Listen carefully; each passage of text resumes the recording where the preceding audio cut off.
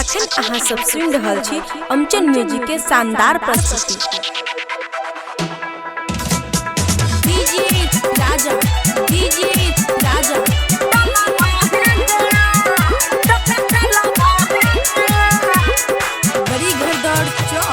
बड़ी घरदार चौक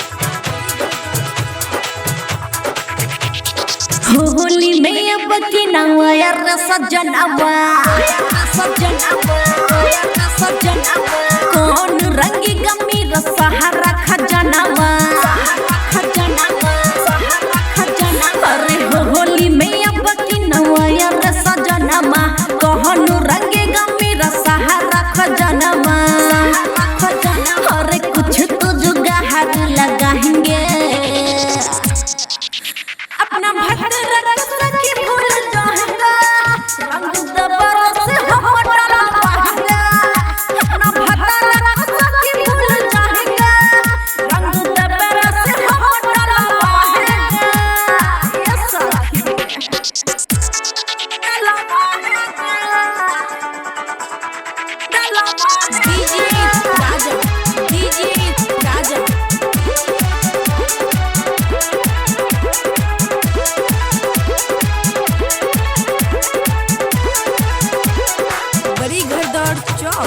बड़ी घरदार चौक खुशी रिकॉर्डिंग स्टूडियो बलुआहा।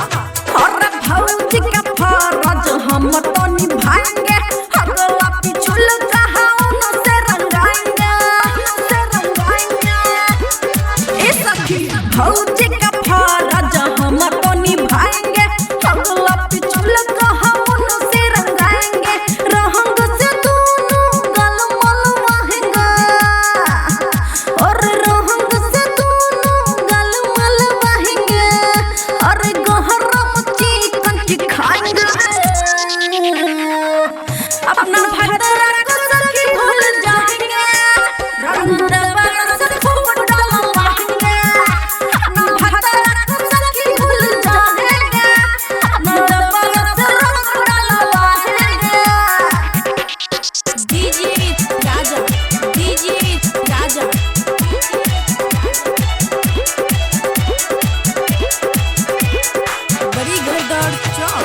बड़ी घरदार चौक खुशी रिकॉर्डिंग स्टूडियो बलुआहा।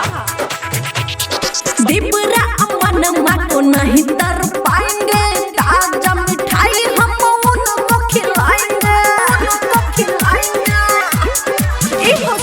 दिबरा अमन माको नहीं तर पाएंगे, ताजा मिठाई हम उनको चिखाएंगे बाबुआ राहुल सहिया को अब की और बाबुआ राहुल सहिया को अब की फोन पे फिल्म दिखाएंगे अपना भदरा को सखी भूल जाएंगे रंग बरस खूब डलवाएंगे अपना भदरा को सखी भूल जाएंगे अपना बरस रंग डलवाएंगे। होली में अब की नया सजनवा कौन रंगेगा मेरा सहारा खजनवा अरे कुछ तो जुगाड़ लगाएंगे अपना भदरा को सखी भूल जाएंगे रंग बरस हम डलवाएंगे अपना भदरा को सखी भूल जाएंगे रंग बरस हम डलवाएंगे। Recording by Raja Bihar.